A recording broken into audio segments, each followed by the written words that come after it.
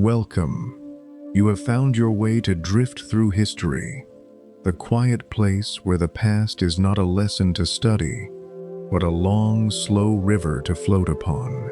Tonight, that river is a real one, the Nile, and somewhere on its northern edge, in a marble city by the sea, a single lamp is burning in a palace window, kept alight through the dark by a young woman who happens to be a queen. Her name is Cleopatra. You already know the name. You have seen it on posters and in films, wrapped in gold and eyeliner and legend. But tonight, we are going to set the legend gently aside and walk instead through the ordinary hours of an extraordinary reign. The grain in the storehouse, the ink on the tax roll, the coin passed from hand to hand in a crowded market, each one carrying her face out across the kingdom. Over the next 100 quiet facts, we will drift from the fields of the Nile to the shining streets of Alexandria. We will sit in the great library, stand in a temple to Isis, and follow her across the water to Rome. We will learn how a kingdom was actually run, day by day, and we will let the loud parts of the story fall soft. There is no need for fear here. Everything you will hear happened long ago and far away, to people who are long since at rest. If you find this river easy to float upon, you might gently follow the channel so it can find you again on another sleepless night. But there is no hurry. There is nothing here you need to do. So loosen your shoulders. Let the pillow take the full weight of your head. Far out on the dark water, at the mouth of the harbor, the great lighthouse of Alexandria is turning its slow beam across the waves. Watch it come, watch it go, and let us begin. Part 1. The river and the kingdom she inherited. Long before there was a queen, there was the river. Every year, without fail, the Nile would rise. It began somewhere far to the south, in rains that no Egyptian ever saw, and the water would come north in a slow brown swell, week after week, until it spilled quietly over its banks. It laid down a thin skin of black mud across the fields, soaked the cracked earth soft, and then, just as slowly, withdrew. What it left behind was soil so dark and rich that a farmer could press a seed into it with his thumb and trust that bread would follow. The whole of Egypt was built on this simple, patient rhythm, not on armies, not on kings, but on a river that breathed in and out once a year and fed everyone who lived along it. The people even had a name for the season of the flood, and they measured their years by it. When you picture Cleopatra's kingdom tonight, begin here, before any of the grandeur. Begin with the water rising in the dark, the smell of wet earth drifting across the fields at dawn, and a farmer standing at the edge of his land, watching the level climb and doing the oldest arithmetic in the world. How high? How much? Enough. That rising river made Egypt the envy and the larder of the ancient world. The flood was so dependable, and the mud it left so fertile, that the fields along the Nile produced far more wheat than the people who tended them could ever eat. The surplus was gathered into great granaries, counted, taxed, and carried down to the coast, where ships waited to take it across the sea. In distant cities, in marketplaces the farmers would never see, that Egyptian grain became the daily bread of strangers. Imagine a loaf cooling on a table in a foreign land, and know that the wheat inside it began as a seed, pressed into Egyptian mud, watered by a flood, carried 1,000 miles by men who trusted the current. This is the quiet source of everything that follows. Not gold pulled from the ground, but grain grown from the river, year after year. When later you hear of Cleopatra's fabulous wealth, of banquets and fleets and debts the size of nations, remember that it all traced back to this, to bread, to a field of wheat bending in the wind beside slow water. The kingdom's true treasure was never locked in a vault. It grew in the open, under the sun, and it came back with the flood. The queen herself was not, by blood, an Egyptian. She belonged to a family called the Ptolemies, Greek-speaking rulers whose story began with Alexander the Great. When Alexander swept through and died young, his vast conquests were carved up among his generals, and one of them, a man named Ptolemy, took Egypt as his portion. He founded a dynasty that would hold the country for nearly 300 years. They kept their Greek names and their Greek tongue, married within the family to keep the bloodline close, and ruled Egypt somewhat as foreigners at the top of it, honored and obeyed but never quite of the place. Cleopatra was the very last of this long line. Picture a family tree grown tall and tangled over 3 centuries, full of kings and queens who all seem to share a handful of names, and at the very end of the youngest branch, a single girl. She carried the weight of all those ancestors, the glory and the decay both. To understand her, it helps to remember that she was not the beginning of something. She was the end of it, standing at the close of a story that had been running for generations before she drew breath. The heart of this kingdom was not some ancient temple town half buried in sand. It was a brand new city, gleaming and deliberate, called Alexandria. Alexander himself had chosen the spot on the Mediterranean shore and marked out its walls before he moved on, and the Ptolemies made it their capital and their masterpiece. Unlike the old Egypt of the pharaohs, which faced inward toward the river and the desert, Alexandria faced the sea. It was a Greek city planted on Egyptian soil, its streets laid out in a clean grid, its harbor bristling with masts, its people drawn from every shore of the known world. Picture white stone catching the afternoon light, wide colonnaded avenues where you could see from one end of the city to the other, and beyond the rooftops, always, the blue line of the water. This was the world Cleopatra was born into, not the Egypt of the pyramids, already unimaginably ancient even in her day, but a younger, brighter place that looked outward and thought of itself as the center of everything. She was, first and last, a daughter of this city by the sea. She was born in the winter cold of 69 years before the Common Era, one of several children of a king history remembers, a little cruelly, as the flute player. He earned the nickname for his fondness for music, but Rome and Alexandria alike used it as an insult, a way of calling him unserious, and he was, by most accounts, a weak ruler. He had fallen deep into debt to Roman financiers to keep himself on the throne, and at one point his own people drove him out of the city. So unhappy were they with a king who seemed to belong to Rome more than to Egypt. This is the household Cleopatra grew up in, a palace full of intrigue, a father clinging to power with borrowed money, sisters and brothers who might any day become rivals. It is easy to imagine a watchful, clever child in those halls, learning early that a crown was not something you simply inherited and kept.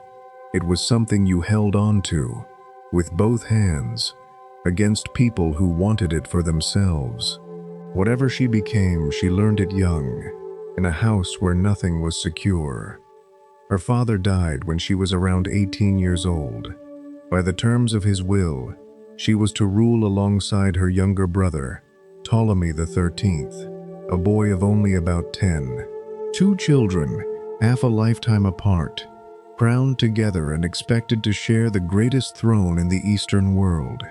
In the old Egyptian royal fashion, a brother and sister who ruled together might even be styled as husband and wife, a custom the Greeks found strange, but the Ptolemies had long since adopted. Picture the scene the ancient writers hint at. A young woman, barely grown, and a child still years from manhood, seated side by side, each surrounded by advisors with their own ambitions. A shared throne is a fragile thing at the best of times, and this was not the best of times. A queen who meant to rule in her own right, and not merely to be a name beside her brothers, would have to be patient and careful and a little ruthless. From the very first day, the arrangement was less a partnership than a quiet contest, and both sides knew it. Her first recorded act as queen was not a battle or a decree. It was a journey up the river to take part in a sacred rite. Far to the south, near the ancient city of Thebes, a new sacred bull was to be installed, a living animal worshipped as an intermediary to the gods, kept in a temple and honored like a prince. The young queen traveled all that long way, days by boat against the current, to be present for the ceremony with her own hands. It is a small thing, easily lost among the wars and romances to come, but it tells you a great deal about her. She understood, as her Greek-speaking ancestors sometimes had not, that to truly hold Egypt, she would have to honor Egypt's own gods, in Egypt's own places, in the old and proper way. She would not rule as a foreigner looking down from Alexandria. She would show herself to the people of the river as their queen, kneeling before their gods. From the start, she seems to have grasped something her whole dynasty had struggled with, that Egypt was not one country but two peoples, and a wise ruler would have to belong to both. Yet the kingdom she took up was in real distress. The Nile, so faithful for so long, had faltered. For more than 1 year, the flood came in too low, the water failing to reach the higher fields, and where the water did not reach, nothing grew. Famine crept into the villages, grain grew scarce and dear, and hungry people are not gentle with their rulers. It is a strange and humbling thing to sit with on a quiet night. All the marble and gold of Alexandria, all the queen's cleverness and will, rested in the end on a river she could not command. When the flood came in low, there was no army she could send against it, no law she could pass to raise the water. She could only do what her subjects did, watch the level, and wait, and ration what there was. Later you will hear of her opening the royal storehouses to feed the starving, and it was a real and decent act. But behind it lies this quieter truth.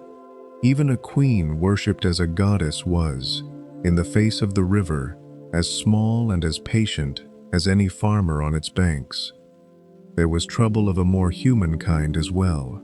Years before, Roman soldiers had been left behind in Egypt to prop up her father's throne, and now those men had grown into a problem of their own. Unpaid, idle, and far from home, they had gone half native and wholly lawless, a garrison that answered to no one in particular and did as it pleased. On the roads, bandits gathered where the queen's authority was thin. The countryside muttered and stirred. So picture the whole of her inheritance laid out together. A hungry kingdom, its fields gone dry, a resentful younger brother, backed by scheming advisors, a city full of factions, and scattered through it all, armed men she could neither fully pay nor fully control. Whatever grand image the word Cleopatra brings to your mind, set it gently aside and hold this one instead.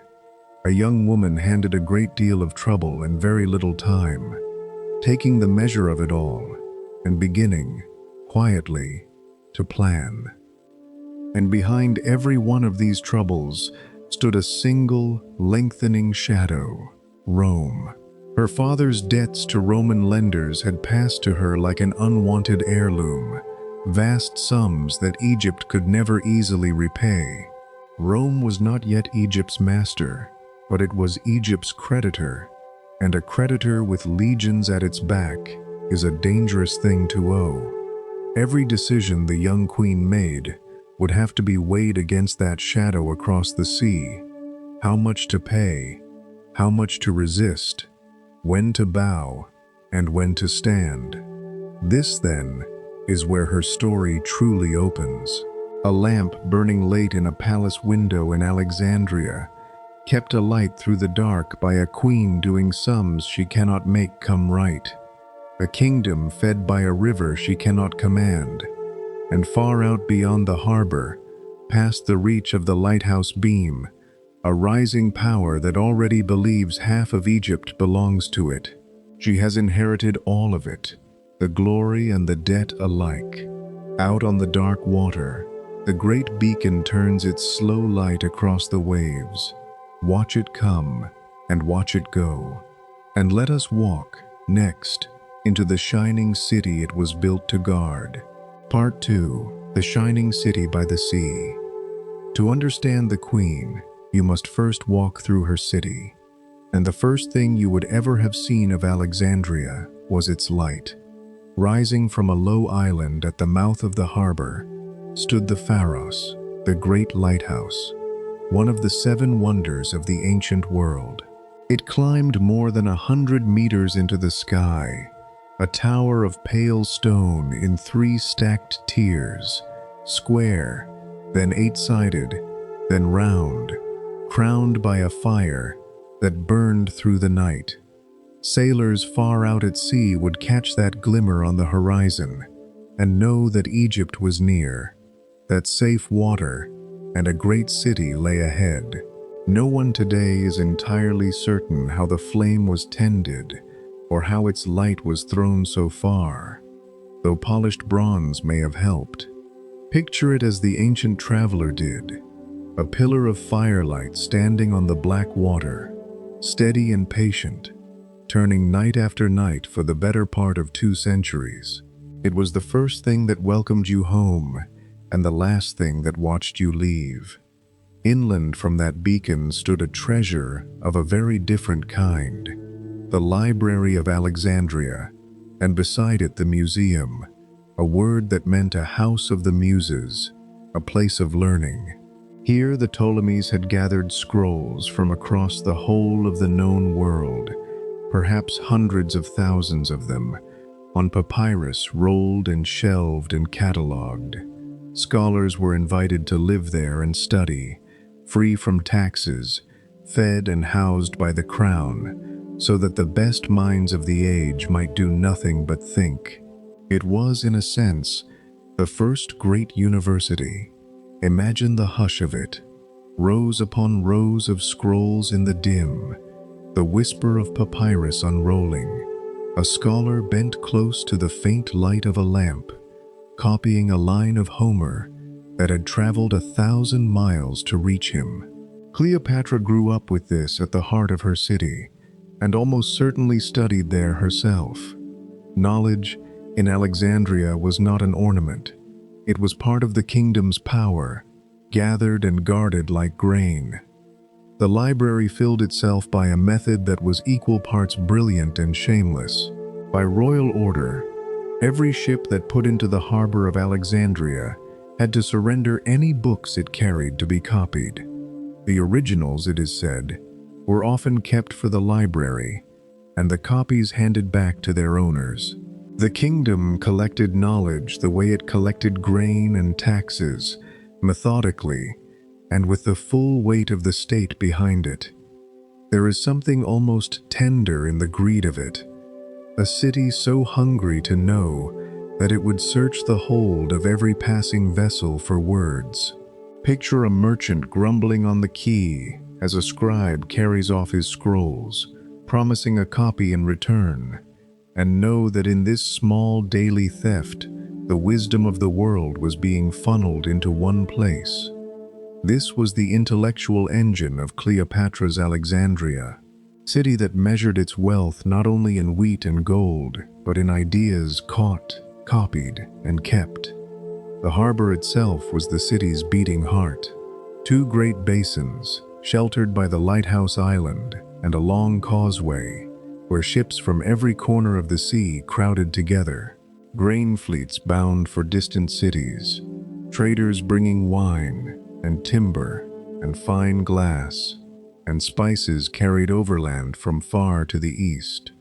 Picture the noise and the smell of it, rope and salt and fish, the shouting of dock workers in a dozen languages, the creak of hulls, the slap of water against stone, and rising over it all, always, the pale tower of the Pharos. When Cleopatra later sailed to meet a Roman general, or slipped away from a losing battle, it was through waters like these that her ships passed, under the same turning light. The harbor was where the kingdom touched the wider world, where its grain went out, and its riches came in. To rule Alexandria was, above all, to rule this crowded, glittering meeting of the waters. The city that spread behind the docks was unlike anywhere else on earth. Greeks, Egyptians, Jews, and travelers from across the sea lived side by side in its grid of streets, each community with its own customs and gods. There was a great synagogue for the Jewish population, temples to Greek deities and Egyptian ones, and shrines that blended the two.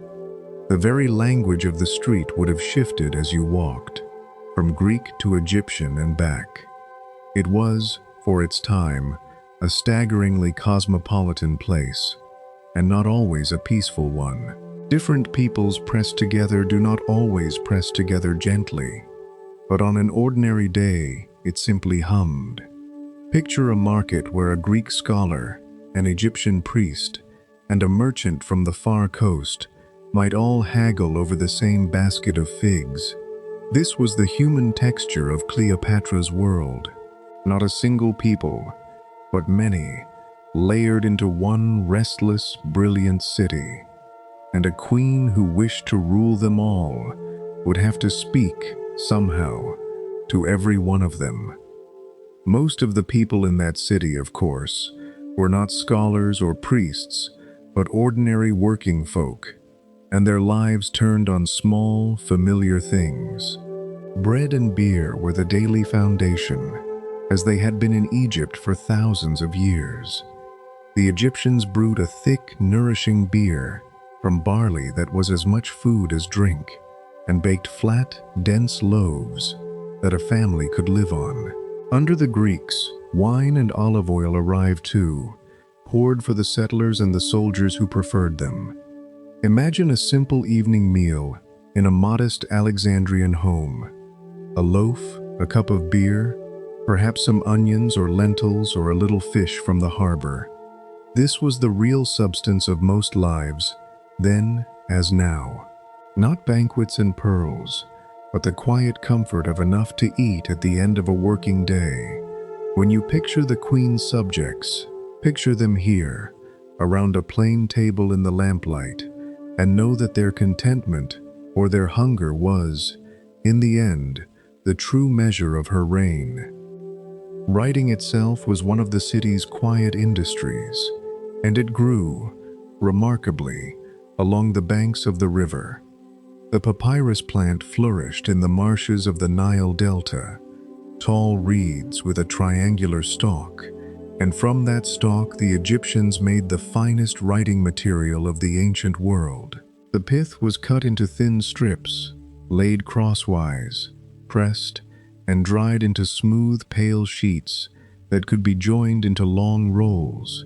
On these went everything: poems and laws, tax records and letters home, shopping lists and love notes. Picture a scribe smoothing a fresh sheet with a stone, the faint smell of the reed still on it, before dipping his reed pen. It is a lovely thing to consider, on a quiet night, that so much of what we know of that world survives because it was written on a marsh plant and buried in dry sand.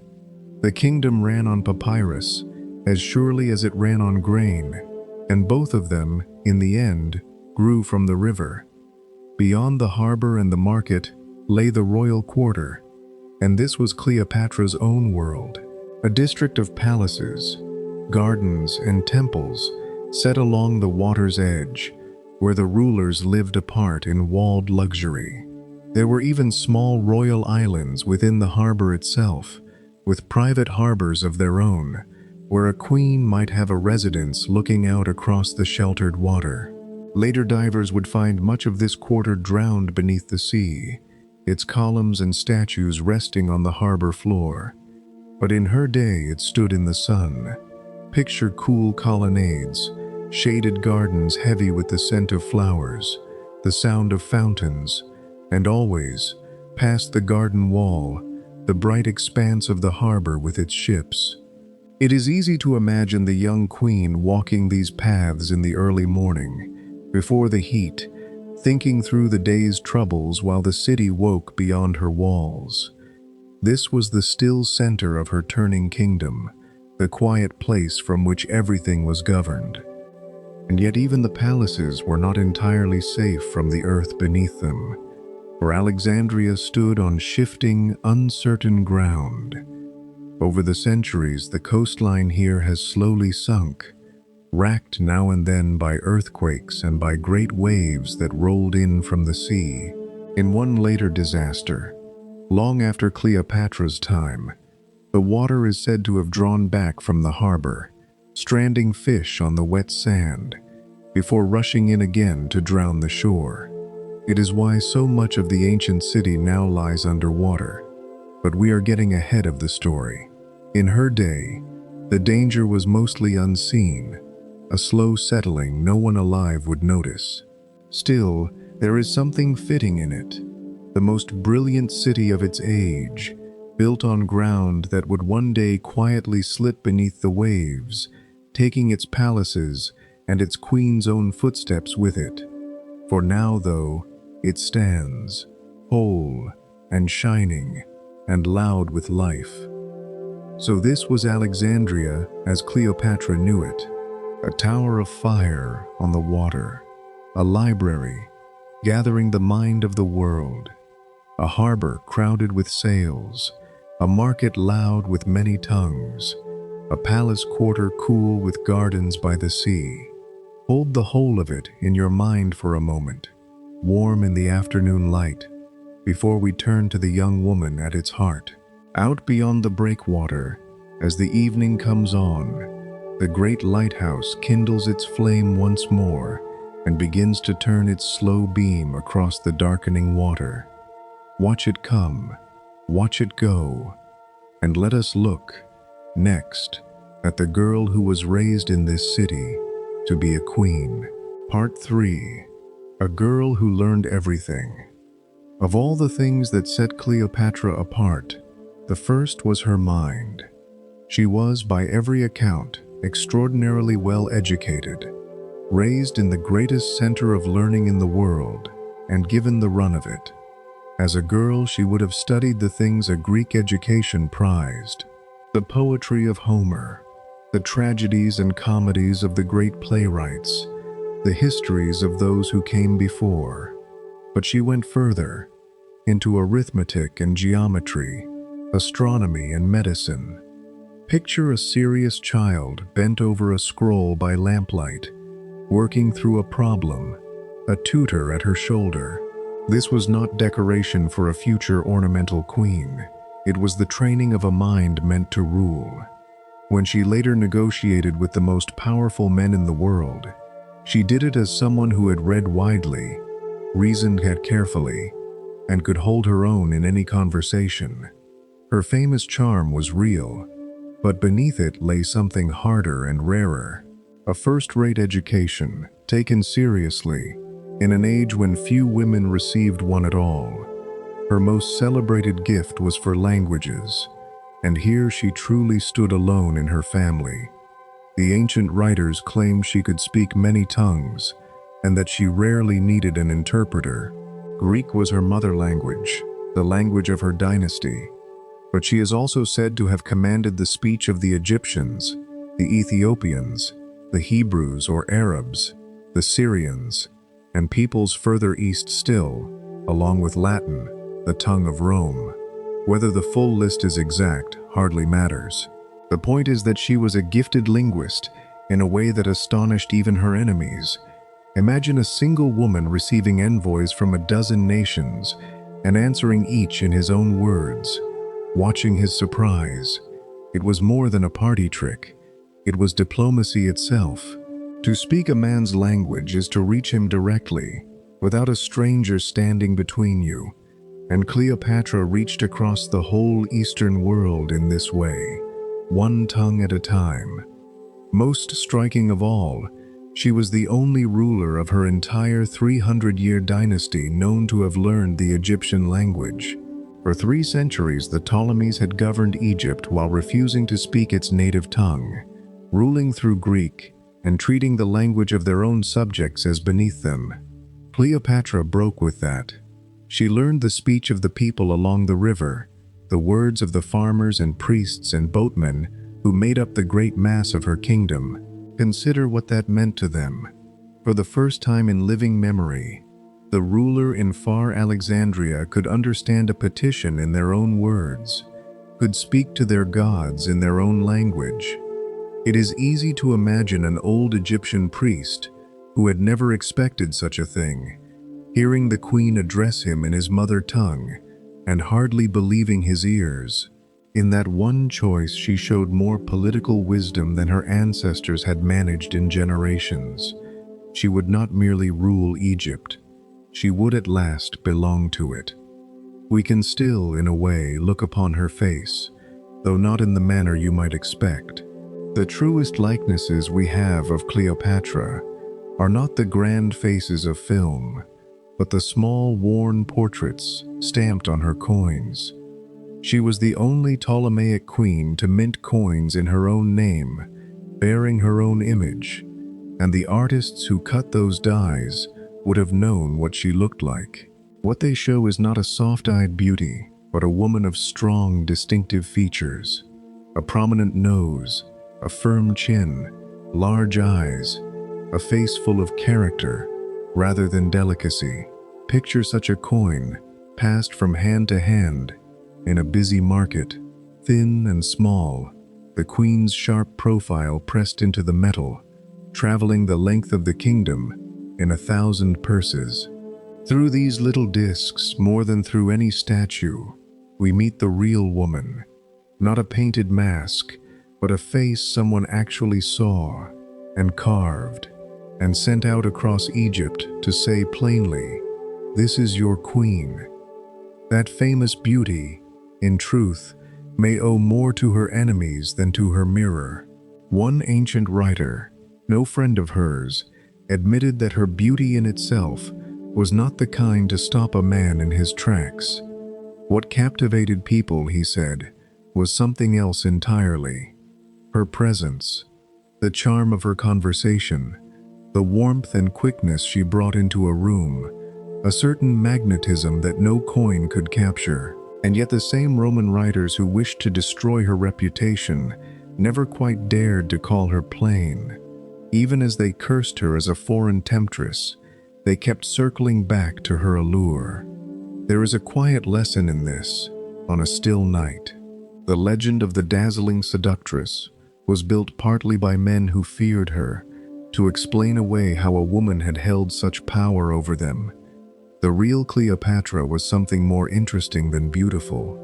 She was compelling, and that is a far rarer and far more dangerous thing to be. Even her hair carried meaning.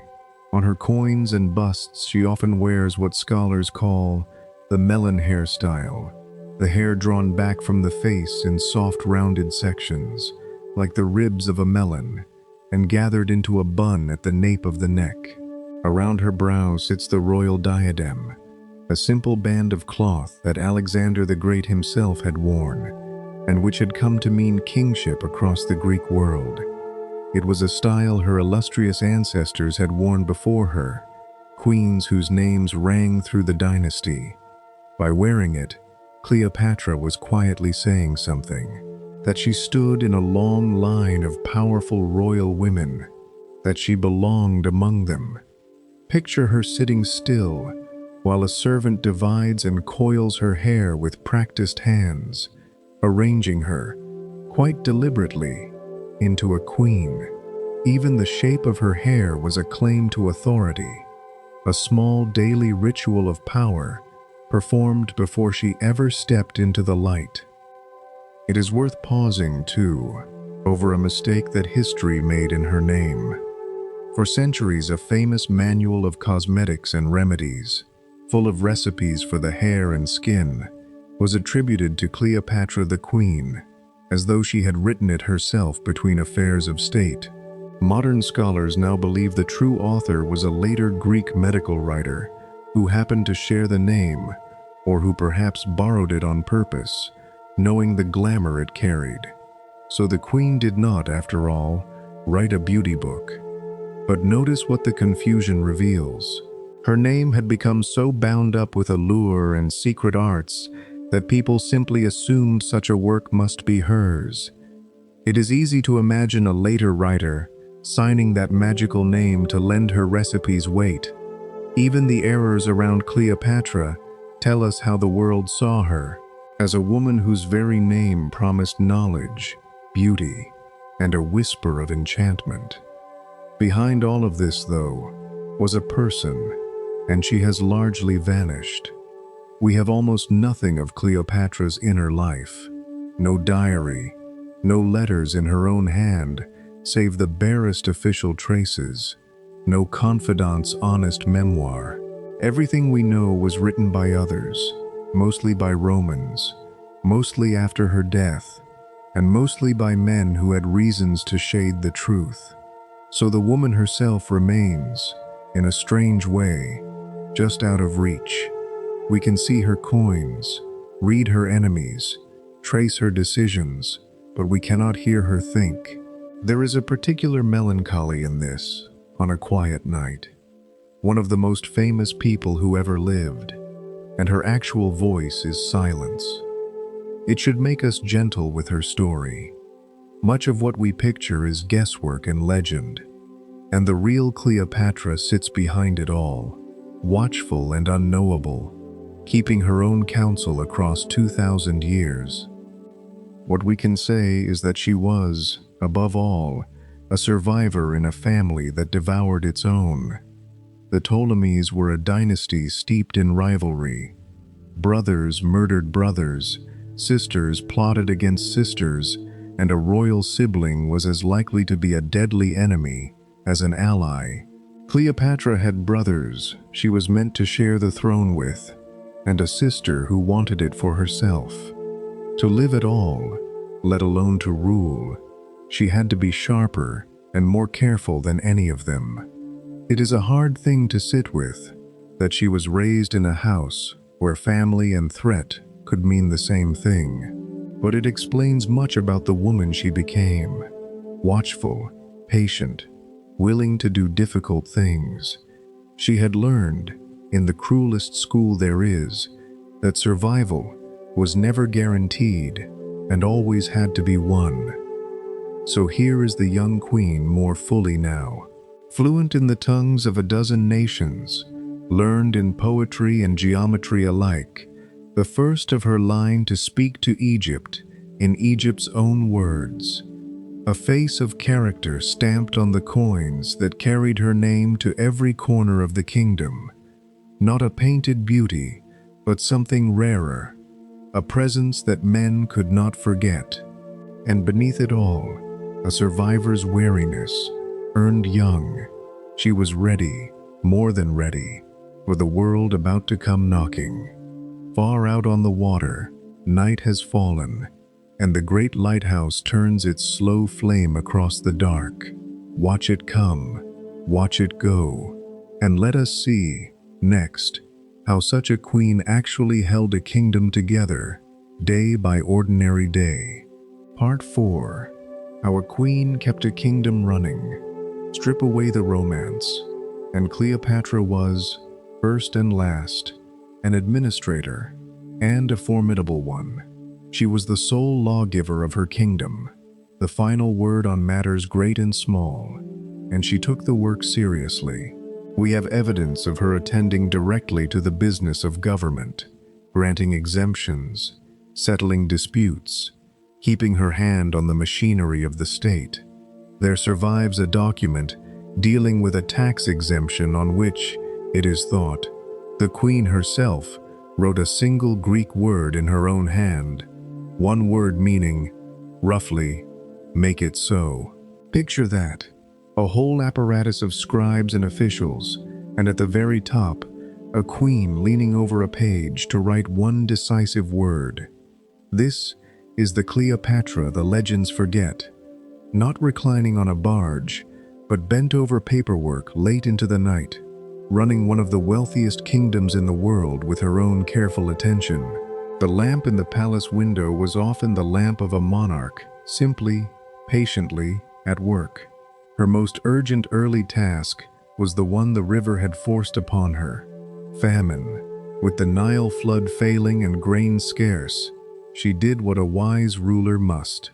She opened the royal granaries and had food distributed to the starving. In a land where the crown controlled so much of the harvest, this was real power used for real mercy, and it would have meant the difference between life and death in many a village. Imagine the scene at a granary in a hungry season. Sacks of grain carried out under guard, a line of thin, anxious families, an official checking a list, and behind it all the distant authority of a queen who had decided her people would not simply be left to starve. It was good governance and good politics at once. A ruler who feeds her people in a famine buys a loyalty that no army can. Cleopatra understood this early and acted on it, and it is among the quiet decencies of her reign. She also reached into the very coinage of the realm. Facing financial strain, she carried out a reform of the money, and it was a clever one. She reduced the silver content of her coins, in effect stretching the treasury's metal further, and she did something rarely done before. She stamped a mark of value on the bronze coins themselves, a number declaring what each was worth, rather than leaving its worth to the weight of the metal. This let the state set the value of money by decree, a strikingly modern idea.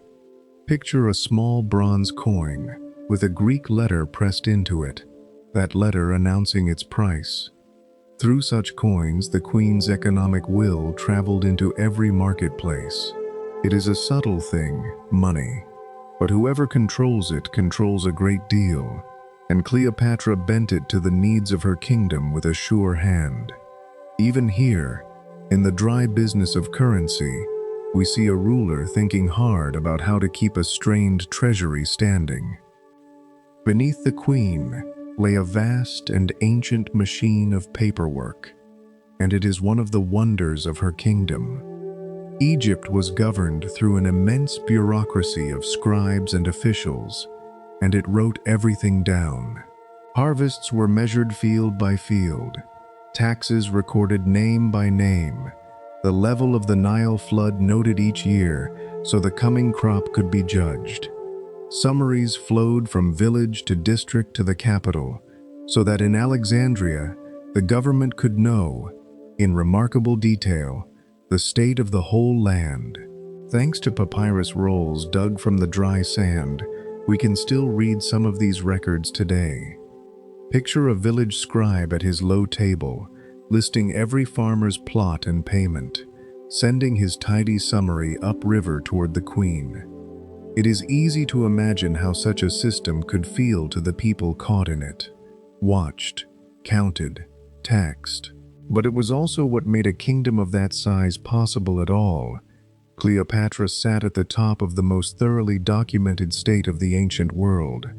That machine could bear down hard on the ordinary farmer. In principle, the crown controlled almost everything.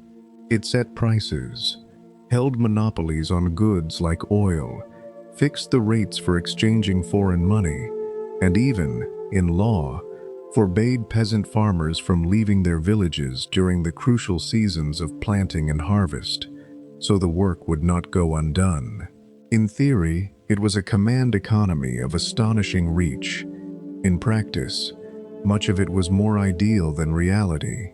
an ambition the state could never fully enforce. But for the farmer along the Nile, the wait was real enough. Tax collectors came each year with the harvest, and there was little escaping them. Picture a farmer watching an official measure out the state's share of his grain, keeping back only what his family would need. This was the daily bargain of life in Ptolemaic Egypt. The river gave, the crown took its portion, and the people lived on what remained. It was hard, and it was ancient, and it was the ground on which the whole glittering kingdom stood. The abuses of that system could grow so heavy that rulers had to intervene, and Cleopatra did. Corrupt local officials often preyed on the poor, collecting taxes even in a famine, extorting more than was owed, driving desperate people to protest. More than once, Ptolemaic rulers found it necessary to wipe away the private debts their subjects owed the government, simply to relieve the pressure and restore some peace. At the start of her reign, Cleopatra curbed such predatory tax collecting and offered relief to farmers being squeezed in a time of drought. Consider what this tells us: a queen paying attention not only to her treasury, but to the suffering underneath it, aware that a kingdom bled too hard would eventually rise up. Sometimes the ordinary people even went on strike, downing tools until their grievances were met. It is a strangely familiar picture across the centuries. Ordinary workers, pushed too far, quietly refusing, and a ruler forced to listen. Threaded through the whole kingdom, alongside the tax officials, were the priests, and they were a power in their own right. The temples of Egypt were not only houses of worship but great landholders and centers of wealth, and the priesthood commanded deep loyalty among the people. A ruler who kept the priests content ruled far more easily than one who did not. So Cleopatra courted them, honored the old gods, funded temples, and had herself shown on temple walls making offerings in the proper Egyptian way. Picture a temple on the Nile, its columns painted in bright colors long since faded, priests moving through the incense at dawn, and among the carved figures on the wall, the queen herself, presenting gifts to the gods. This was governance too, as surely as any tax roll. By binding herself to the temples, Cleopatra tied her Greek crown to the deepest roots of Egyptian life, and gave her people reason to see her not as a foreign ruler, but as their own. Her authority reached beyond Egypt's borders as well, out across the water. At various points in her reign, Cleopatra held sway over other territories, most notably the island of Cyprus, rich in copper and timber and grain, which was returned to Egyptian control during her rule. Governing lands across the sea meant appointing officials, collecting revenues, and projecting power beyond the Nile, the way her great ancestors once had. It was a shadow of the old Ptolemaic Empire, which had once stretched far and wide before shrinking, over generations, back toward Egypt itself. Picture ships carrying the queen's officials and her orders out to distant islands, her word crossing the water to places she might never see. Cleopatra never stopped thinking in these larger terms, of an Egypt that was more than Egypt. Much of what came later, her dealings with Rome, her dreams for her children, grew from this ambition. She meant, if she could, to make her kingdom great again. For all this, she never forgot the source of it all. When the flood was good and the granaries full, the kingdom thrived and the queen's coffers filled. When the flood failed, no cleverness could quite make up the loss. Everything, in the end, still turned on the river, exactly as it had for the farmers of Part 1. It is a humbling thread to follow through her whole reign. The most sophisticated administration of its age, all the reforms and records and monopolies, and beneath them, always, the same brown water rising or failing in the dark. The queen could reform the coinage and open the granaries and honor the gods, but she could not make it rain in distant mountains she had never seen. Her power, however grand, sat always upon that older, deeper power. The Nile decided, and Egypt, queen and farmer alike, waited on its decision. So picture her now, not as a figure of legend, but as a working monarch, writing one decisive word on a tax exemption, opening granaries in a famine, reforming coins, courting priests, easing the burden on farmers pushed too far, sending her word across the sea to Cyprus. This was the true labor of ruling, unglamorous and endless, and she did it with real skill. The romances and the wars, when they come, will be loud. But hold on to this quieter Cleopatra as well, the one who kept a vast kingdom running by attention and effort, night after night. Out beyond the harbor, the great lighthouse turns its steady flame across the dark water. Watch it come, watch it go, and let us turn, next, to the gods she served, and the goddess she claimed to be. Part 5. Daughter of Isis. To rule Egypt was to stand at the meeting point of the human and the divine, and Cleopatra took up that sacred role with care. As queen, she was the chief religious authority of the land, responsible for the rites that Egyptians believed kept the very order of the world intact.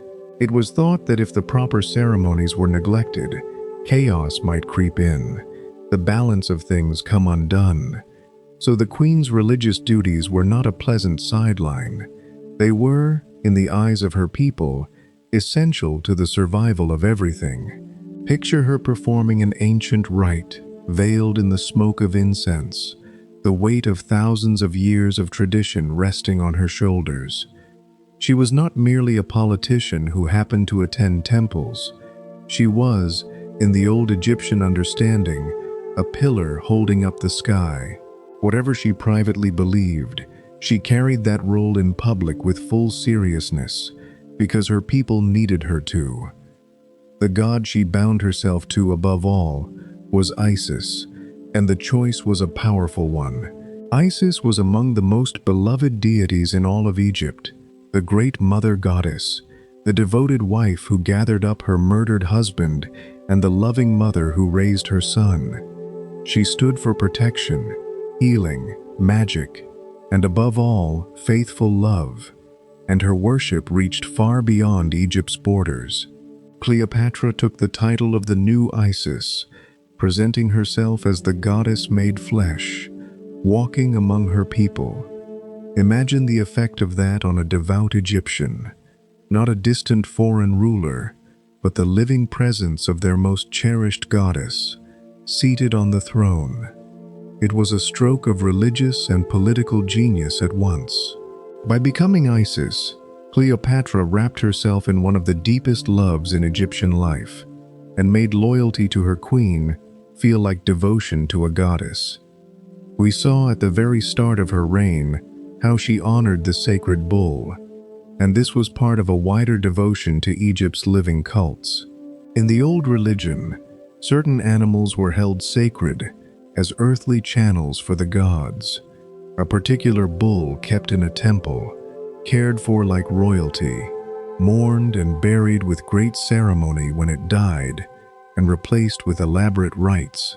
That Cleopatra, a Greek-descended queen, would travel far up the river to take part in installing such a bull tells you how fully she embraced these traditions. Picture the animal itself, garlanded and gleaming, led through crowds of worshippers, and the young queen present to honor it. To Greek eyes, such rites might seem strange, but Cleopatra understood their weight for her Egyptian subjects. She was willing to kneel where her ancestors would not, and in doing so, she reached the hearts of the people along the river, as no Ptolemy had before her. Her devotion is written, quite literally, into stone. On the great temple at Dendera, dedicated to the goddess Hathor, who was closely linked with Isis, there survives a huge carved relief showing Cleopatra together with her son, presented in the timeless Egyptian style, making offerings to the gods.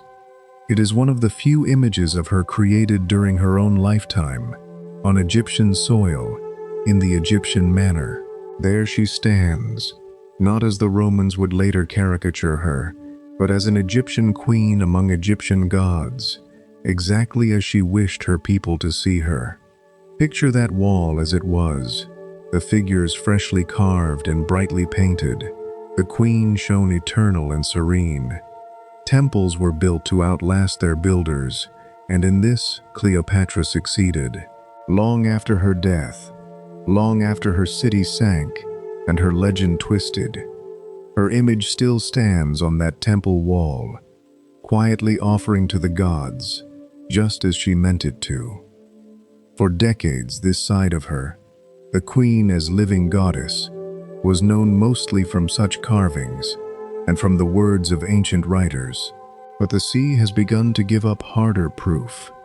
In the drowned harbor of Alexandria, underwater archaeologists have located the remains of a temple on what was once a small royal island, and the evidence suggests it served the personal cult of both Cleopatra and her father, she as the new Isis, he in his own divine guise. Among the ruins, divers have recovered columns, statues, fragments of painted decoration, and coins bearing the rulers' images, all sealed under the mud when the temple collapsed into the sea in an earthquake long after her time. Picture archaeologists moving slowly through the green underwater light, lifting a coin stamped with Cleopatra's face from the silt of the harbor floor. Here is her religion, no longer only a story, but a real place, a temple where a real queen once stood and made her offerings, now resting quietly beneath the waves. That underwater temple is part of a larger marvel, the sunken royal quarter of Alexandria itself. Beginning in the last decades of the 20th century, teams of divers mapped the harbor floor and found, spread across it, the drowned heart of Cleopatra's city. Columns, statues, sphinxes, paving, the foundations of palaces and temples, all lying under the water where they had fallen when the coast subsided and the sea rolled in. Sculptures of Ptolemaic rulers, including one thought to show Cleopatra's own father, have been raised, dripping, into the light after 2,000 years. Picture a colossal stone face, softened by the sea, rising slowly from the harbor as a crane lifts it toward the surface. For centuries, this royal quarter was thought lost beyond recovery, a legend with nothing left to touch. Now, piece by piece, it returns. The city that watched Cleopatra rule has become one of the great underwater archaeological sites in the world. Religion, for Cleopatra, was never separate from power. When she dressed as Isis, when she carved herself onto temple walls and took the goddess's name, she was governing as much as worshipping. In a world where a ruler's legitimacy rested on divine favor, to be seen as a living goddess was to be nearly unassailable. Her Egyptian subjects could love her as Isis. Her Greek subjects could honor her in their own way, and both saw in her something more than an ordinary monarch. It is easy, from a distance of 2,000 years, to grow cynical about such claims, but we should be careful. Belief was the very air her world breathed, and Cleopatra moved through it fluently, binding faith and rule together until they could hardly be told apart. She understood that a crown alone could be taken. A crown wrapped in a goddess's love was a far harder thing to pull down. There was, in all this, a quiet loneliness as well. To be a living goddess is to be set forever apart. The new Isis, could be worshipped, feared, obeyed, but she could hardly be known as an ordinary woman. Every appearance was a performance of divinity, every rite a reminder that she was not as other people were. It is easy to imagine that behind the goddess there was still simply a person, tired at the end of a long ceremony, glad to lay the role aside for a private hour. We cannot know, but the thought is a tender one to hold on a still night. The most exalted position her world could offer came at the price of an unbridgeable distance. She belonged to everyone as a goddess, and perhaps in the end, to no one as herself. So this was Cleopatra in her sacred role, the new Isis, the living presence of Egypt's most beloved goddess, honoring the ancient rites and the sacred bulls, carved forever on the temple at Dendera, worshipped in a harbor temple now sleeping beneath the sea. Faith and power woven together so tightly that to serve her gods and to hold her throne became one single act. Hold this image of her a while, veiled in incense, serene and remote. Beyond the harbor, night lies heavy on the water, and the great lighthouse turns its patient flame across the dark. Watch it come, watch it go. And now, at last, let us bring in the Romans, and the man whose arrival would change everything. Part 6. The Roman in the Palace. For all her gifts, Cleopatra came to the throne, already caught in a web she had not spun, and its threads all led to Rome. Her father had borrowed enormous sums from Roman financiers, and that debt had passed to her, a crushing obligation to a foreign power. Rome, meanwhile, had come to regard Egypt as a client kingdom, a wealthy dependent it expected to remain useful and obedient. So from her first day as queen, Cleopatra ruled, with one eye always turned across the sea. She was not truly free to act as she pleased. Every choice had to be weighed against the reaction of Rome, that vast and hungry republic whose politics could reach into her palace and rearrange her life.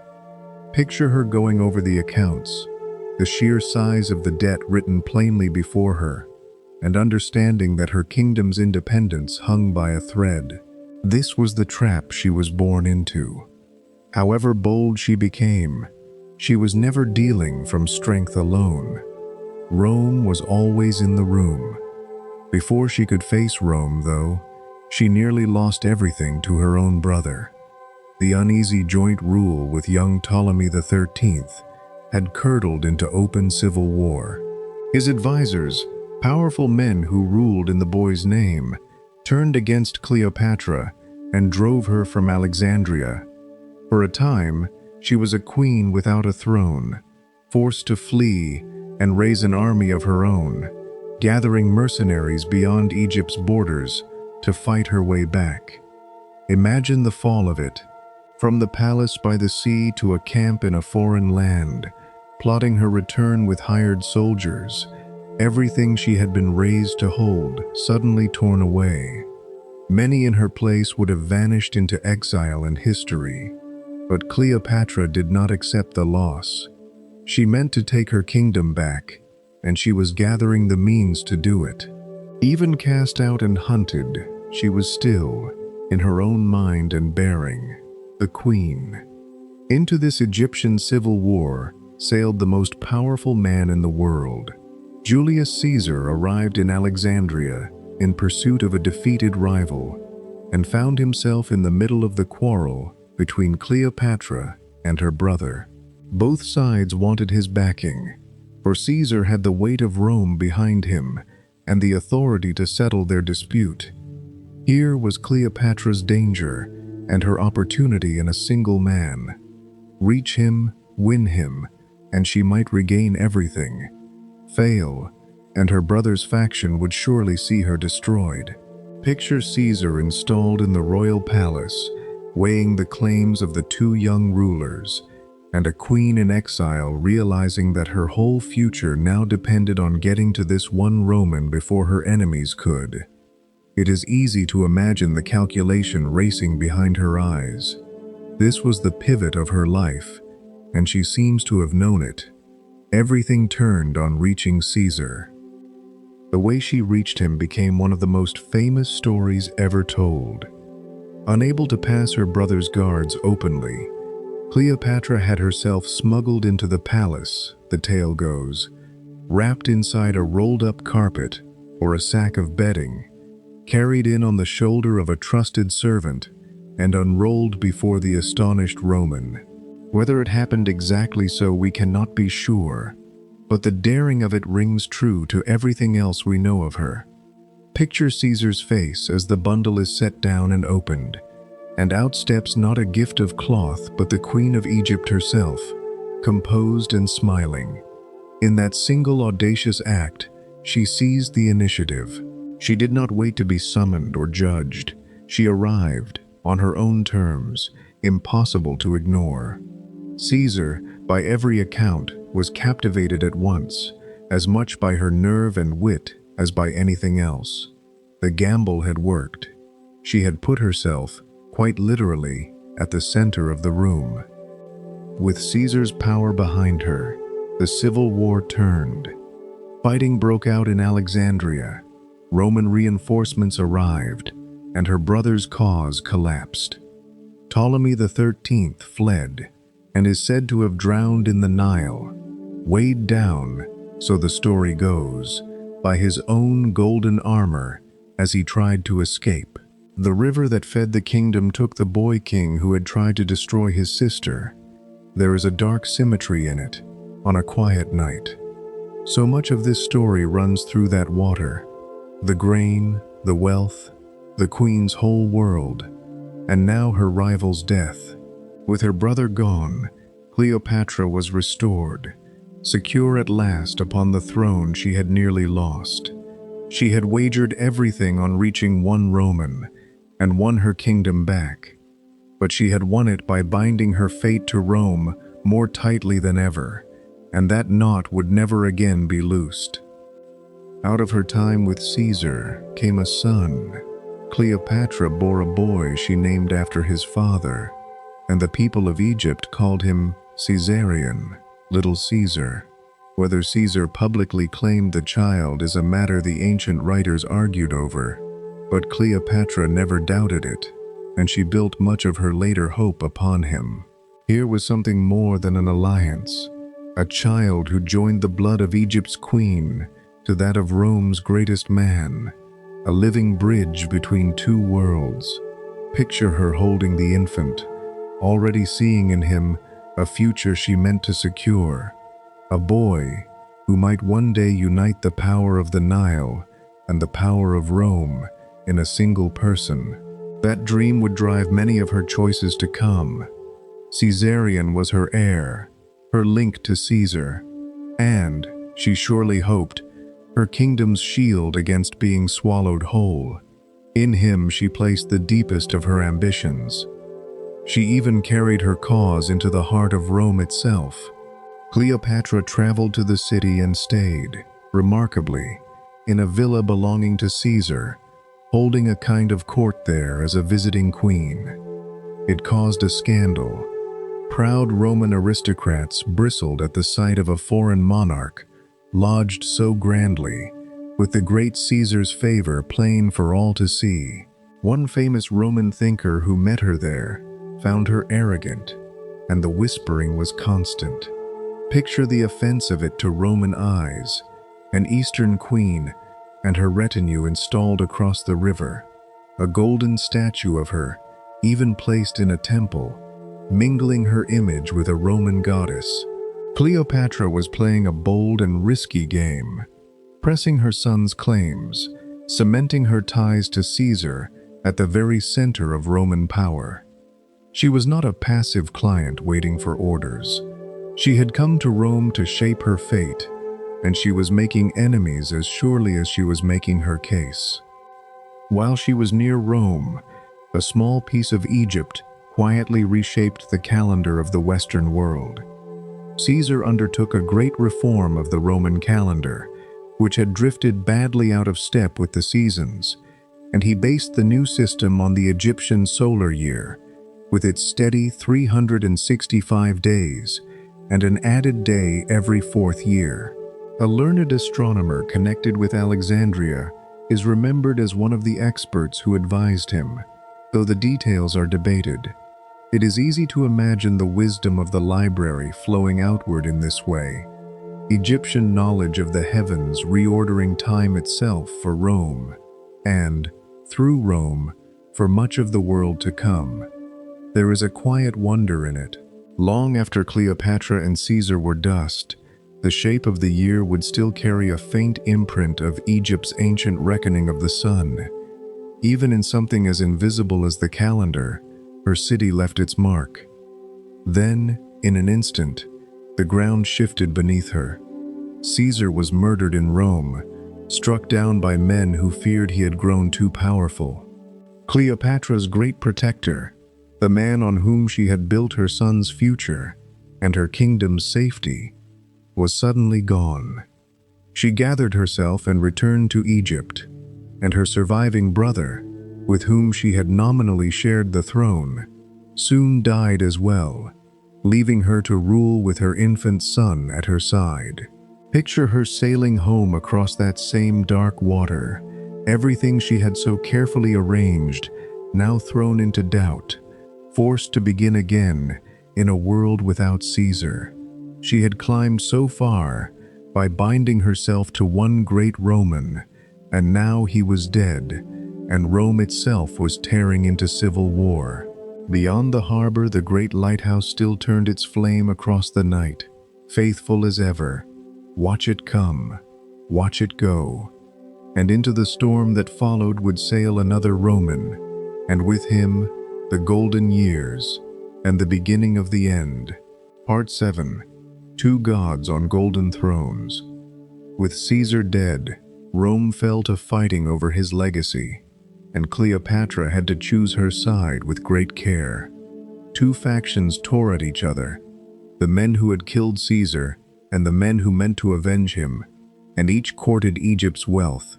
In time, the avengers won out, and power in the eastern half of the Roman world passed to one of Caesar's former officers, a bold and charismatic soldier named Mark Antony. For a queen whose protector had been taken from her, this was the new reality. Antony now held sway over the lands nearest Egypt, and her kingdom's fate would depend on her dealings with him. Picture her weighing the players from afar, reading the shifting news from Rome, deciding where safety and advantage lay. She had done this once before with Caesar and won. Now the game began again, with new pieces on the board, and once more Cleopatra meant to play it to the end. Antony summoned her to meet him in a city to the north, and Cleopatra turned the summons into a spectacle no one would forget. Rather than arrive humbly, she came up the river to him on a magnificent barge, its sails perfumed, its oars keeping time, herself arrayed as the goddess of love, while attendants fanned her like a living deity. The whole city, it is said, poured out to see her, until Antony sat almost alone, waiting. It was theater of the highest order, and it worked. Picture the gleaming barge gliding in, the scent of it reaching the shore before the ship did, the crowds abandoning the marketplace to gape. Cleopatra understood, as few ever have, the power of a grand entrance. She did not come to Antony as a subject nervously answering a summons. She came as a goddess, so dazzling that he was drawn to her rather than she to him. Before a word was spoken, she had already changed the balance between them. From that meeting grew a partnership, a romance, and an alliance all at once, and it gave Cleopatra 3 more children. In time she bore Antony twins, a boy and a girl, and later a 3rd child. The twins she named with breathtaking ambition. The boy she called Helios, the sun, and the girl Selene, the moon. These were not idle names. They spoke of a new golden age, of dominion stretching from the rising to the setting light, of a dynasty that might rule the whole of the East. Imagine the two infants presented to the world under the names of sun and moon, and the vast hopes their mother pinned upon them. Cleopatra was not merely having children, she was casting them, from the cradle, as heirs to an empire she dreamed of building with Antony's power and her own. In those names you can hear the size of her ambition. She was thinking not of Egypt alone, but of the sun and the moon. The years with Antony were, for a time, the golden ones, and around this romance the legends of luxury gathered. The most famous tells of a wager. Cleopatra is said to have bet Antony that she could spend a fortune on a single meal, and then, at its climax, to have taken a priceless pearl from her ear, dropped it into a cup of strong vinegar, and, when it dissolved, drunk it down. It is a dazzling image, and it may be more legend than fact. In truth, a whole pearl does not vanish so easily in vinegar, whatever the old writers claimed. But whether it happened or not, the story tells us how the world imagined these two. Reckless, extravagant, in love with grand gestures. Picture the pearl held aloft, the hush at the table, the queen swallowing a fortune to win a bet. Real or not, the tale captures the intoxication of those years, when a queen and a Roman general seemed to believe the whole world was theirs to spend. Behind the banquets, though, hard bargains were being struck. Antony needed Egypt's wealth to fund his wars. Above all, a great campaign he planned against the powerful empire to the east. Cleopatra gave him ships and money and supplies, and in return he restored to her control lands that had once belonged to her Ptolemaic ancestors, territories along the eastern coasts that made her kingdom greater than it had been in generations. This was the true heart of their alliance, beneath the romance. Two ambitious rulers trading what each had, wealth for territory, love braided together with strategy. Picture Egyptian ships sailing out laden with grain and gold for Antony's legions, and the queen's officials, taking charge of distant provinces, returned to her rule. Cleopatra was rebuilding the old empire of her house, piece by piece, through her partnership with Antony. For a while, the dream of a restored Ptolemaic realm seemed almost within her grasp. Then came the day when the dream was declared aloud, in gold, before the whole city. In a grand ceremony remembered as the donations of Alexandria, Antony and Cleopatra sat enthroned on golden seats, arrayed as gods, their children beside them, and Antony proclaimed a sweeping division of the Eastern world among them. Cleopatra was named Queen of Kings. Caesarion was declared the true son and heir of the deified Caesar. To each of the children was given a kingdom, whole nations parceled out like gifts. Picture the gymnasium of Alexandria filled with people, the royal family raised on their golden thrones, the astonishing titles ringing out over the crowd. It was the summit of Cleopatra's ambition made visible, but it was also a fatal overreach. For in declaring her son the rightful heir of Caesar, she struck directly at another man in Rome who claimed that very inheritance, and who would not let the challenge stand. That other man was Octavian, Caesar's adopted son, and the donations handed him exactly the weapon he needed. To be named alongside Caesar's blood son as a rival for Caesar's legacy was an intolerable threat, and Octavian was a master of turning such things to account.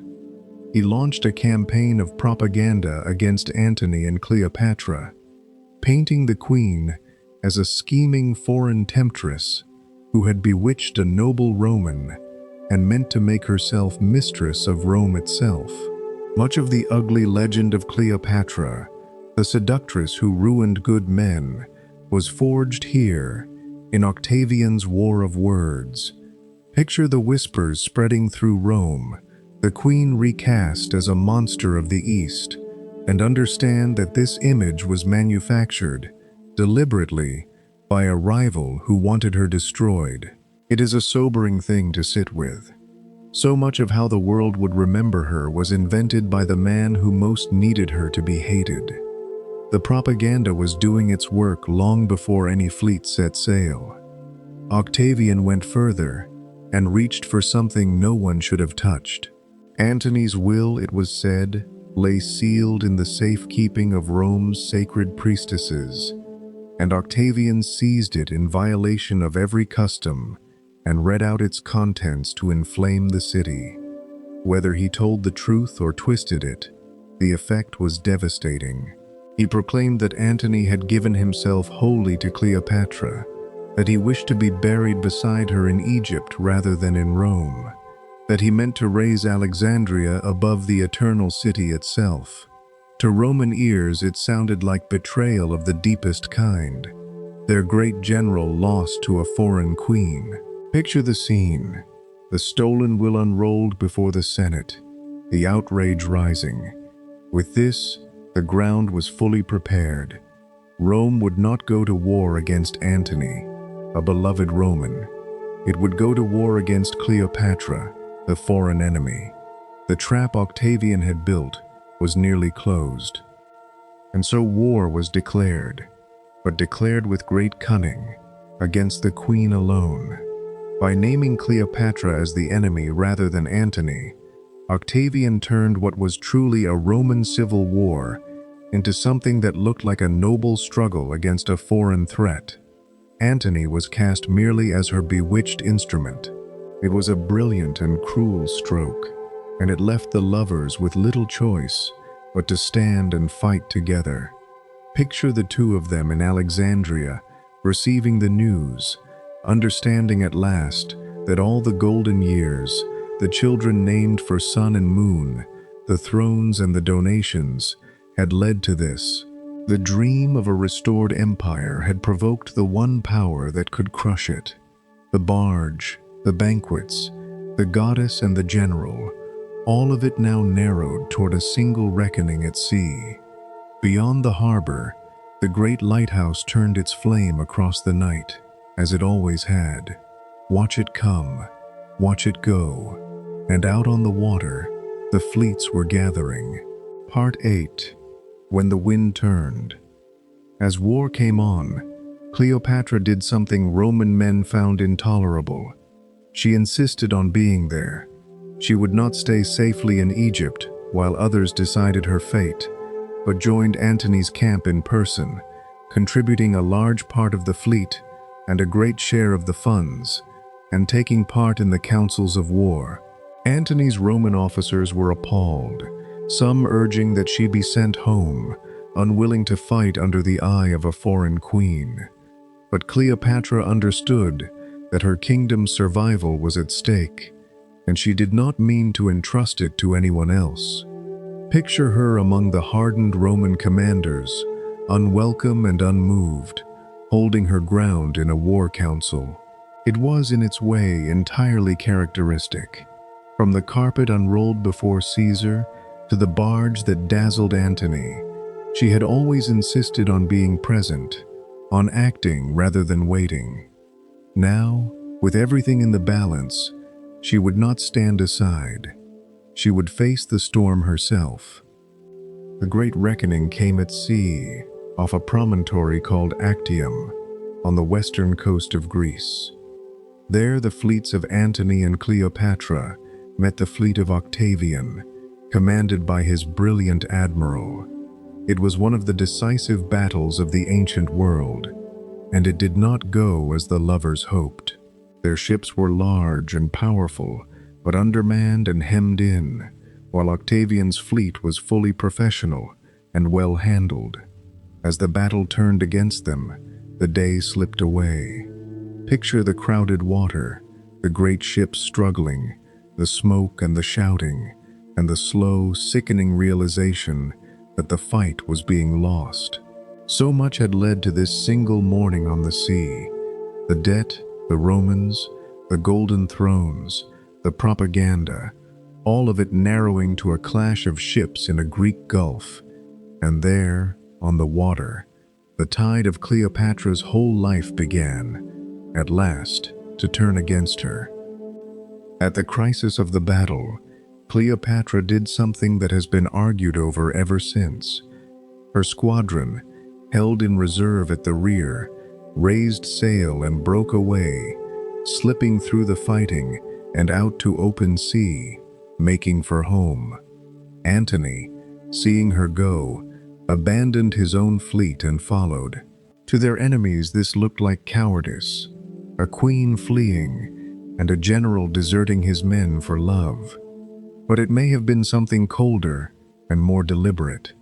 Cleopatra's first concern had always been the defense of Egypt, and with the battle lost, saving the ships and the treasury to fight another day may have been the only sane choice left. Picture her ships catching the wind and pulling away across the water, the battle falling behind, Antony's vessel following in her wake. Whatever the truth of her intent, the effect was ruin. The flight from Actium became, in the eyes of the world, the moment they lost everything. After it, there was no recovering the initiative. There was only the long retreat home. They came back to Alexandria defeated, and the world they returned to was already crumbling around them. Their allies began to slip away, kings and commanders who had followed Antony now making their peace with the winning side. The great alliance that had seemed to promise them the East dissolved, defection by defection.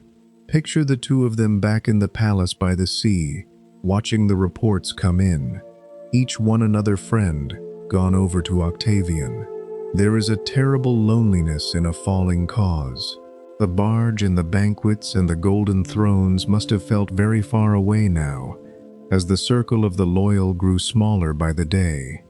They had gambled for the whole world and lost, and the losing was not a single blow, but a slow, steady abandonment. One by one, the lights of their old power were going out, and they could only watch them fade. In those final months, the ancient writers tell us, the mood in Alexandria swung between despair and defiance. Where once the couple had founded a society devoted to inimitable living, to pleasure and extravagance, now, it is said, they formed a new fellowship, a companionship of those who would die together. It is a haunting detail, whether wholly true or shaped by later storytellers. Feasting still, but with the shadow of the end fully upon them, turning their revels toward death itself.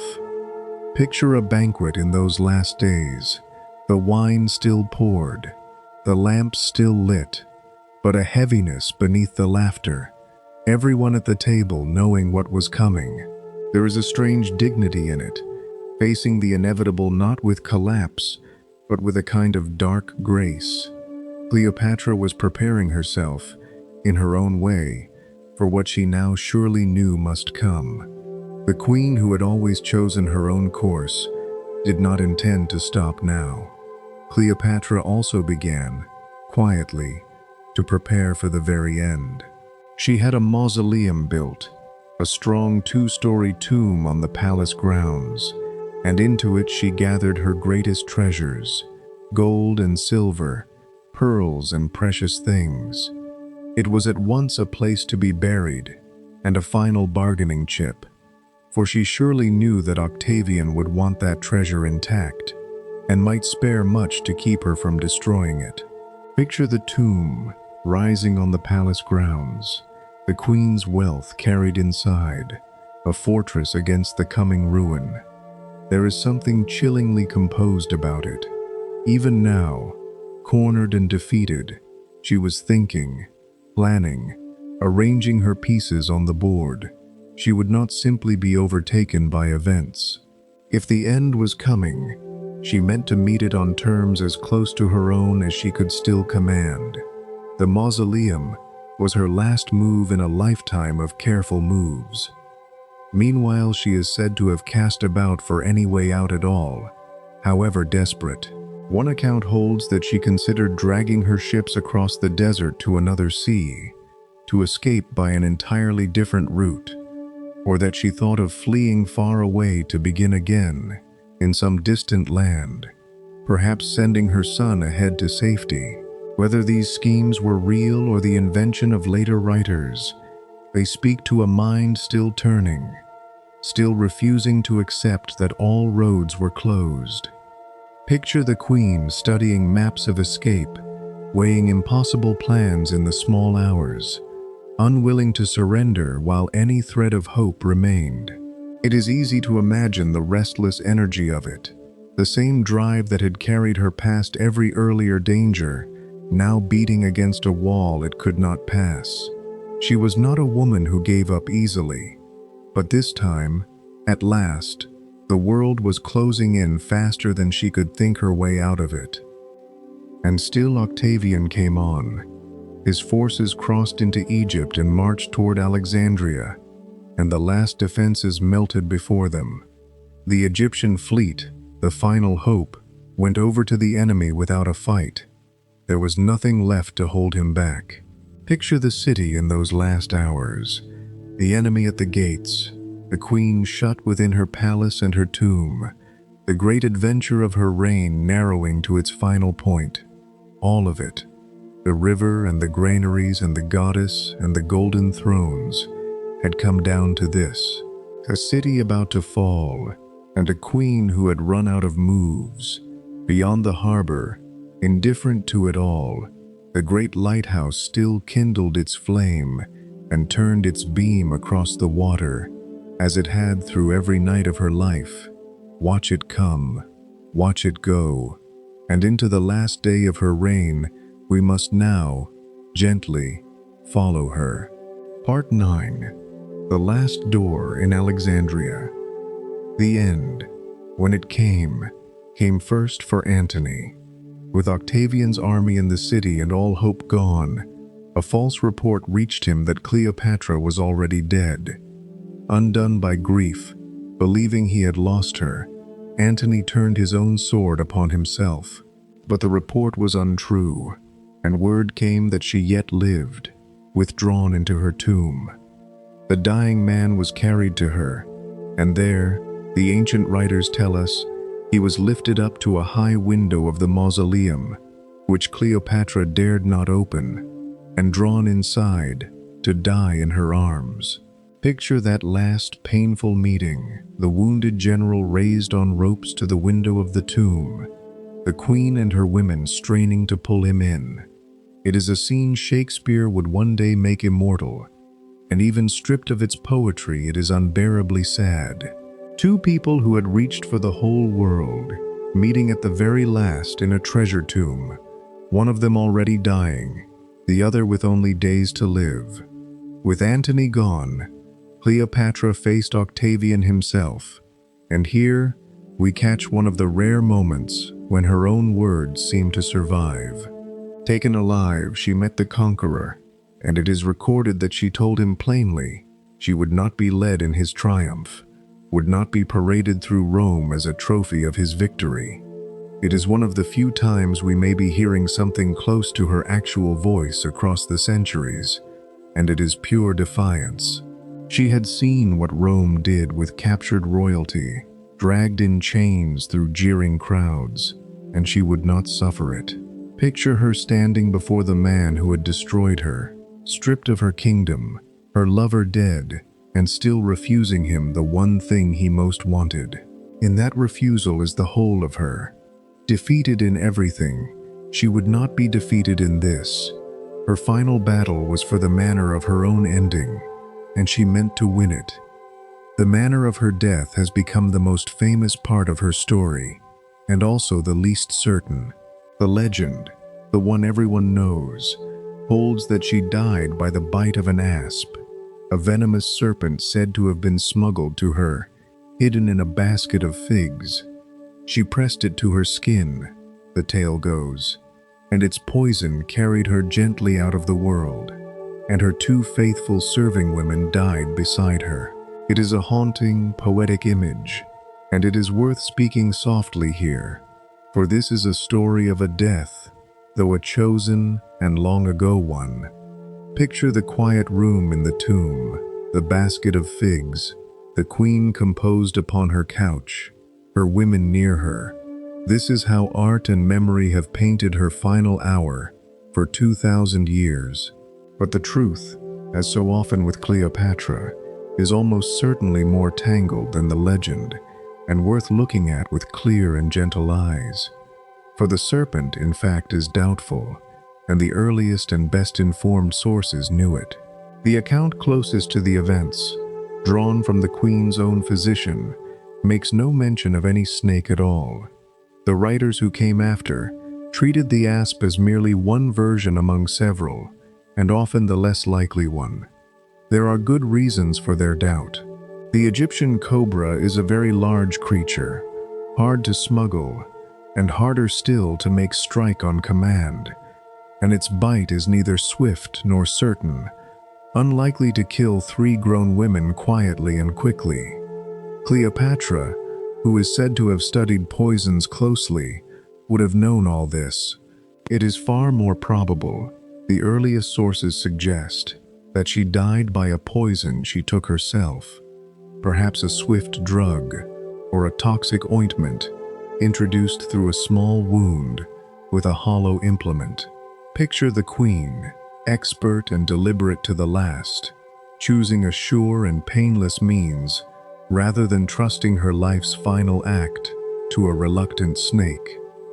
Why then does the snake reign in our memory? The answer lies with the man who won. It was Octavian who helped fix the image of the asp in history, displaying an effigy of the dead queen, with a serpent clinging to her in his great victory celebration back in Rome. And his court poets took up the tale and made it immortal. The serpent suited them. It made her death exotic, Egyptian, fittingly dramatic for the foreign enemy Rome had been taught to hate. And the snake carried its own meanings, for the sacred cobra was an emblem of Egyptian royalty and of the very goddess Cleopatra had claimed to be. Picture the effigy borne through Rome, the painted snake upon it, the crowds gazing, and understand that a legend was being deliberately made before their eyes. Even the story of her death, like so much else, was shaped by the propaganda of her enemy. The truth was quieter. The legend was louder, and the legend, as it so often does, won. There is a darker possibility still, whispered by some. A few have wondered whether Cleopatra was murdered outright, or pressed into her death by Octavian, who then dressed the killing as a noble suicide. He had, after all, every reason to want her gone, and a captive queen was a complication he might prefer to be rid of. Yet most of the ancient evidence points to her own hand, and it fits her character far better. This was a woman who had insisted, all her life, on choosing her own course, on acting rather than being acted upon, that she would choose the time and manner of her own end, rather than be led in chains through Rome, is entirely of a piece with everything she had ever done. Picture her making that final decision with the same cool resolve she had brought to every crisis before. Whatever the exact means, the essence seems clear. Cleopatra died as she had lived, on her own terms, denying her conqueror his prize. With her died the last of her line, and the ancient kingdom itself. Her son Caesarion, the boy in whom she had placed such hope, the living link between Egypt and Rome, was hunted down and killed on Octavian's orders. There could be, it was said, only one heir to Caesar in the world. So the new Isis was gone, and with her, the dream she had built upon her son. Picture the queen dead in her tomb, and, not long after, the young man who might have carried her blood forward, struck down as well. It is a hard thing to sit with, the deliberate ending of a family and a future. But such was the logic of power in that age. Octavian meant to leave no rival standing, no claim to trouble him later. Cleopatra had reached for a dynasty spanning the sun and the moon, and now the whole of it was extinguished, in a matter of days, by the man who had won. And so Egypt itself, after 3,000 years, ceased to rule itself at all. With Cleopatra's death, the ancient land became a province of Rome, its grain and its wealth now flowing to feed the city across the sea, its throne gone forever. The last pharaoh was dead, and no new one would follow. The long, long story that had begun in the mists of prehistory, that had raised the pyramids and endured through countless dynasties, closed at last with a Greek-speaking queen in a tomb by the sea. Picture the great harbor of Alexandria under Roman control now. The same ships, the same lighthouse, but a different master. It is a solemn threshold, this. Not merely the death of a woman, but the end of an age of the world. The independence of Egypt, older than almost anything in human memory, ended here, and would not return for the better part of 2,000 years. So this was the close of her reign, Antony dying in her arms in the tomb, her defiant refusal to be led in triumph, a death by her own careful hand, dressed by her enemies in the legend of a serpent, her son destroyed, her dynasty extinguished, her ancient kingdom folded into Rome. Hold it gently, for all its sorrow, and remember that it happened very long ago, to people now at rest, and that even in defeat, she kept the one thing she was most determined to keep, the choosing of her own end.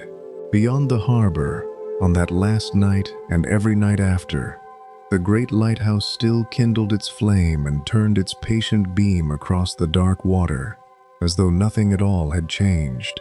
Watch it come, watch it go, and now, in the quiet after the ending, let us see what became of her, and what the long centuries and the deep sea have kept.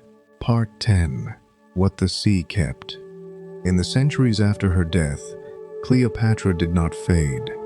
Instead, she grew into a legend, but a legend largely written by the men who had defeated her. To Rome, she became a cautionary tale, the dangerous foreign woman, the seductress who unmanned good soldiers, the whore queen of the poets.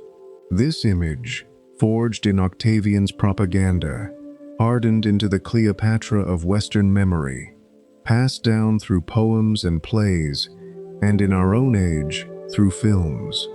The real ruler, the shrewd administrator and gifted linguist, was buried beneath the myth of the temptress. It is a strange fate to consider on a quiet night. One of the ablest monarchs of the ancient world, remembered mostly for her supposed powers of seduction, her true achievements crowded out by a story her enemies wanted told. To meet the real Cleopatra, we have had to learn, slowly, to read past the legend and to listen for the woman underneath. Part of the trouble is how little of her own side survives. Nearly everything written about Cleopatra came from Greek and Roman authors, most of them writing after her death, many of them hostile. Her own kingdom's account of her, if it was ever fully set down, has largely perished, along with so much of the library that might have held it. So we see her almost entirely through foreign and often unfriendly eyes. It is easy to imagine how different her story might read had her own scribe's version come down to us instead. There is a real humility to be found here. Much of what we confidently think we know about famous figures of the past depends entirely on who happened to do the writing and whose words happened to survive. Cleopatra reminds us to hold such stories loosely, to remember the silence behind them, and to grant the long dead the benefit of the doubt. For all her fame, we do not know where she lies. The location of Cleopatra's tomb has never been found, one of the great unsolved mysteries of archaeology. The mausoleum where she died, on the palace grounds by the sea, vanished with the rest of the royal quarter when the coast sank beneath the water, and no one knows whether her body went down with it or was moved and hidden elsewhere. Picture the harbor floor of Alexandria today, littered with drowned columns and statues, and somewhere, perhaps, the last resting place of the queen, lost in the mud and the dark. Or perhaps not there at all. It is a haunting thought to carry into sleep. The most famous woman of the ancient world, and we cannot say where she sleeps. Her tomb is out there still, most likely, keeping its secret, as she kept so many of her own. That mystery has drawn a searcher of remarkable persistence. For some 20 years, an archaeologist trained first as a lawyer has hunted for Cleopatra's tomb, not in Alexandria, but at a temple site to the west, a place sacred to Isis, arguing that the queen might have been secretly buried there, away from Roman hands. Others doubt it, believing the tomb lies drowned in the harbor after all. But this searcher has pressed on, year after year, convinced she is looking in the right place. Picture her returning each season to the same ruins under the hot sky, following a hunch that most of her colleagues dismiss, refusing to give up. Whether or not she ever finds the queen, there is something moving in the devotion of it. 2,000 years on, Cleopatra still inspires such single-minded searching, still pulls people to the desert and the sea in the hope of one more glimpse of her. And that long search has already uncovered wonders, even without the tomb. At the Western Temple site, the excavators have found a deep tunnel running toward the sea, hundreds of coins bearing Cleopatra's image, statues and pottery and human remains from her era, and more recently, offshore, the drowned ruins of what appears to be an ancient port, mapped with the help of the same explorer who once found a famous sunken ship in the deep ocean. A small marble head was raised that some believe shows the queen, though many experts disagree, seeing another royal woman instead. Picture the divers descending to those sunken structures, the archaeologists cleaning coin after coin stamped with her profile. The tomb remains hidden, but the search has thrown open a whole lost world around it. Even in seeking her and not finding her, we have found so much else. The past gives up its treasures, it seems, to those patient enough to keep looking. Meanwhile, in Alexandria's own harbor, her sunken city keeps returning to the light. Divers have spent decades mapping the drowned royal quarter, raising statues and columns and sphinxes, tracing the outlines of vanished palaces and quays on the seabed. They have identified the ruins of the great lighthouse where it fell, and the temple where the queen once worshipped as the living Isis. There is even talk one day of an underwater museum, so that visitors might move among the ruins where they lie. Picture that. Cleopatra's Alexandria, not gone after all, but resting quietly beneath the waves, its treasures lifted one by one into the sun, its story pieced slowly back together from the harbor floor. The city that watched her rule was not destroyed so much as hidden, laid down carefully by the sea, and kept. And now, gently, it is being given back. Of everything she left behind, it is the humblest objects that reach us most directly. The coins, small discs of silver and bronze, worn thin by ancient hands, still turning up by the hundreds in the sand and the sea. On them her sharp profile endures, the real face the die cutters knew, unchanged after 2,000 years. These are the things she truly touched the lives of, the money that passed through every market in her kingdom, the coins a farmer might have held after selling his grain. Picture one of them lying in an archaeologist's palm today, the queen's profile catching the light exactly as it did when it was new. Of all her monuments, these little coins may be the most faithful. Not the legend, not the propaganda, but a plain likeness, stamped in metal and scattered across a kingdom, carrying her out to her people in life, and carrying her still, quietly, to us. Follow the thread all the way back, and it returns, as it always has, to the river. The Nile still rises and falls, as it did before Cleopatra and long after her, indifferent to queens and empires alike. The kingdom she ruled has passed, the dynasty is gone, the propaganda has faded, and the truth crept slowly back. And through all of it, the river has simply kept flowing. There is a deep and settling peace in that thought. At the end of a long story, the powers we build seem so permanent while we hold them, and prove so brief against the patience of the water and the sea. Cleopatra reached for the sun and the moon, and the river that made her kingdom possible is still there this very night, rising in the dark, laying down its silt, feeding a land that has forgotten none of it and outlived all of it. And you are part of that same long story. The queen who read Homer by lamplight and wrote one word to command a kingdom. The farmers who watched the flood. The divers who lift her city from the sea. And you, resting here now, listening in the dark. All of you are threads in one long human weave that stretches back beyond memory and forward past sight.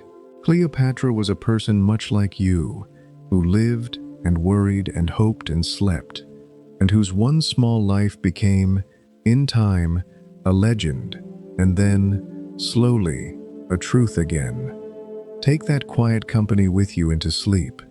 You are not separate from the past. You are its newest page. Far out on the water, at the mouth of a harbor 2,000 years gone, the great lighthouse of Alexandria is still turning its slow flame across the dark. Watch it come, and watch it go, and let it carry you down, now, into rest. Our journey along the river ends here, and it is time to let it all grow soft and still. We began with the Nile rising in the dark, and a single lamp burning in a palace window, kept alight by a young queen with a hungry kingdom and very little time. We have followed her through the shining streets of Alexandria, into the great library and the temple of Isis, across the water to Caesar and to Antony, up to the golden thrones, and down to the last quiet door in the tomb by the sea. And we have watched the deep water keep her city, and the small worn coins keep her face, long after the legend tried to take her from us. Somewhere out there, the great lighthouse is still turning its patient beam across the dark, the way it turned through every night of her life and every night since. Let it turn now at the edge of your mind, coming and going, asking nothing of you at all. You are part of this long story. The same river, the same stars, the same quiet human wish to be remembered kindly. Cleopatra rests now, as all the great and small of that age rest, and there is nothing left to fear in any of it, only the slow water and the turning light and sleep. If this river carried you gently, you are always welcome to drift here again on another quiet night. But for now, there is nothing more to do, and nowhere to be. Let your breath go slow. Let the lamp burn down.